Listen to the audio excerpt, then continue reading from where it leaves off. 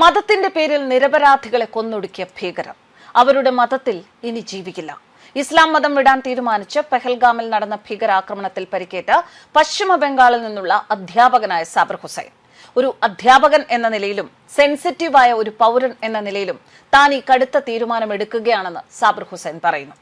South 24 Parganas ജില്ലയിലെ ബദൂരിയയിലെ നിർമ്മാണ ആദർശ് വിദ്യാപീഠത്തിലെ ശാസ്ത്ര അധ്യാപകനാണ് സാബിർ.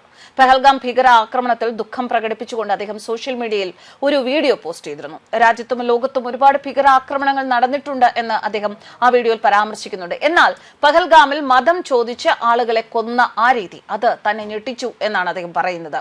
ഒരു അധ്യാപകനാണ് താൻ.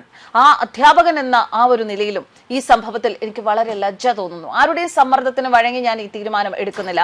ഒരു അധ്യാപകൻ എന്ന നിലയിലും സെൻസിറ്റീവായ ഒരു പൗരൻ എന്ന നിലയിലും ഈ കടുത്ത തീരുമാനം എടുക്കുകയാണ്. ഇസ്ലാം വിടാൻ എനിക്ക് തോന്നി, അദ്ദേഹം പറഞ്ഞു. താനൊരു മതത്തിനോ സമൂഹത്തിനോ എതിരല്ല. തന്റെ തീരുമാനം പൂർണ്ണമായും വ്യക്തിപരമാണെന്നും വ്യക്തമാക്കിയിരിക്കുകയാണ് സാബിർ ഹുസൈൻ. തന്റെ തീരുമാനം പക്ഷേ കുടുംബത്തിൽ അടിച്ചേൽപ്പിക്കില്ല. ഭാര്യയ്ക്കും കുട്ടികൾക്കും അവർ തിരഞ്ഞെടുക്കുന്ന ഏത് വഴിയും പിന്തുടരാൻ സ്വാതന്ത്ര്യവും സാബിർ ഹുസൈൻ നൽകുന്നു. ഒരു മതത്തെയും അപമാനിക്കാൻ എനിക്ക് ഉദ്ദേശമില്ല. പ്രത്യേകിച്ച് കാശ്മീരിൽ മതം എങ്ങനെ വീണ്ടും വീണ്ടും ആക്രമണത്തിനായി ഉപയോഗിക്കപ്പെടുന്നു എന്ന് ഞാൻ കണ്ടിട്ടുണ്ട്. എനിക്കിനി ഇത് സഹിക്കാൻ സാധിക്കില്ല. ഒരു മത ലേബലിലും അല്ലാതെ ഒരു മനുഷ്യനായി മാത്രമേ ഞാൻ അറിയപ്പെടാൻ ആഗ്രഹിക്കുന്നുള്ളൂ. അതിനാൽ ഉടൻ തന്നെ നിയമ നടപടികൾക്ക് വിധേയമായി ഞാൻ ഇസ്ലാമിൽ നിന്ന് വേർപിരിയുന്നു. രാജ്യത്തും ലോകത്തും എന്ത് സംഭവിച്ചാലും ഇത് എന്നെ ഉള്ളിൽ നിന്ന് തകർത്തു. പെഹൽഗാമിൽ മതത്തെക്കുറിച്ച് ചോദിച്ചതിന് ശേഷം ആളുകൾ കൊല്ലപ്പെട്ട രീതി മനുഷ്യത്വരഹിതമാണ്.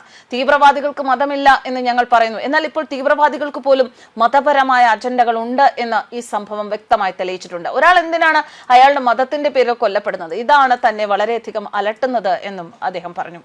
പഹൽഗാമിൽ കൊല്ലപ്പെട്ടവരുടെ ലിസ്റ്റിൽ ഒരു ഇസ്ലാം മതവിശ്വാസി ഇടം പിടിച്ചത് ഇന്ത്യ എന്ന രാജ്യത്തെ ജനങ്ങളെ മതത്തിന്റെ പേരിൽ ഭിന്നിപ്പിക്കാൻ ശ്രമിച്ച ശക്തികൾക്കും അപ്രതീക്ഷിത പ്രഹരമായിട്ടാണ് വിലയിരുത്തുന്നത്. 26 പേരും വെടിയുണ്ടേറ്റാണ് ഭൂമിയിലെ സ്വർഗം എന്ന കാശ്മീരിൽ പിടഞ്ഞു വീണ് മരിച്ചത്. തന്നോടൊപ്പം വന്ന വിനോദസഞ്ചാരികളെ മതം ചോദിച്ചു മാറ്റി നിർത്തി ആക്രമിക്കാൻ ഒരുങ്ങിയ തീവ്രവാദിയിൽ നിന്നും തോക്ക് പിടിച്ചു വാങ്ങാൻ ശ്രമിച്ചപ്പോഴാണ് 28-കാരനായ കുതിരസവാരിക്കാരൻ സയ്യിദ് ആദിൽ ഹുസൈൻ ഷാ മരിക്കുന്നത്. തീവ്രവാദികളുടെ വെടിയുണ്ടകൾക്കിരയാണ് അദ്ദേഹം മരിച്ചത്. ഈ ജീവത്യാഗത്തിലൂടെ സഹോദര്യത്തിന്റെയും ധീരതയുടെയും മാനവികതയുടെയും പ്രതീകമായാണ് ആ മുസ്ലിം യുവാവ് മാറിയിരിക്കുന്നത്. 2 മുസ്ലിം സഹോദരങ്ങൾ രക്ഷകരായ കഥ തുറന്നു പറഞ്ഞു കൊല്ലപ്പെട്ട രാമചന്ദ്രന്റെ മകൾ ആരതിയും മതേതര ഇന്ത്യയുടെ അഭിമാനമായി മാറിയിരുന്നു. എന്തായാലും ഇവർ 3 പേരും സാബിർ ഹുസൈൻ, അതുപോലെ ആദിൽ ഹുസൈൻ, ആരതി മീറ്റ് ചെയ്ത 2 മുസ്ലിം സഹോദരന്മാർ, ഇവർ എല്ലാവരും ഈ പ്രത്യേക സമുദായത്തിലെ മാതൃകകളായ വ്യക്തികൾ തന്നെയാണ്. എല്ലാവരും ഒരുപോലെയാണ് എന്നല്ല. തീവ്രവാദികൾ പേര് മാത്രം ചോദിച്ച് അങ്ങനെ കലിമ ചൊല്ലാൻ അറിയാവുന്നവരെ മാറ്റി നിർത്തി, ഹിന്ദുവായവരെ 2 ലൈനിൽ നിർത്തി എന്നൊക്കെ ഒരു കുഞ്ഞ് തന്റെ വീഡിയോയിൽ പറയുന്നുണ്ടായിരുന്നു. അപ്പൊ അങ്ങനെ മാറ്റി നിർത്തി മതത്തിന്റെ പേരിൽ ഒരു ഹിന്ദുവായതുകൊണ്ട് മാത്രം പിടഞ്ഞു വീണ് മരിച്ചവരുടെ മുന്നിൽ ഇസ്ലാം മതത്തിൽപ്പെട്ടവർ തന്നെ ഇത്തരത്തിൽ തീരുമാനമെടുക്കുന്നത് വളരെയധികം ചർച്ചാ വിഷയമാവുകയാണ് ഈ ദിവസങ്ങളിൽ സമൂഹത്തിൽ. മുസ്ലിം മതം ഉപേക്ഷിച്ച് സനാതന ധർമ്മത്തിലേക്ക് വന്ന ഒരു പാകിസ്ഥാനിയെ കുറിച്ച് കഴിഞ്ഞ ദിവസം നമ്മൾ സംസാരിച്ചിരുന്നു. അദ്ദേഹം നരേന്ദ്രമോദിക്ക് പിന്തുണയുമായിട്ടാണ് വന്നത്. ജനിച്ചത് പാകിസ്ഥാനിലാണ്. പക്ഷെ എന്റെ മനസ്സ് മോദിജി താങ്കൾക്കൊപ്പമാണ്, ഇസ്രായേൽ ഒപ്പമുണ്ടല്ലോ, ഇനി ട്വീറ്റുകളും കമന്റുകളും വേണ്ട, ഉച്ചയൂടും തകർത്തേക്കു എന്നാണ് ഭീകരന്മാർക്ക് നേരെ എടുക്കേണ്ട ആക്ഷനെ കുറിച്ച് അദ്ദേഹം നരേന്ദ്രമോദിയോട് പറയുന്നത്. സോഷ്യൽ മീഡിയ ഹീറോ, പാകിസ്ഥാനിലെ സോഷ്യൽ മീഡിയ ഹീറോ ആയ മുഹമ്മദ് ഷാൻ അലിയാണ് ഇത്തരത്തിൽ നരേന്ദ്രമോദിക്ക് പിന്തുണയുമായി മുന്നോട്ട് വന്ന മുസ്ലിമിൽ നിന്ന് മാറി സനാതന ധർമ്മം സ്വീകരിച്ച വ്യക്തി.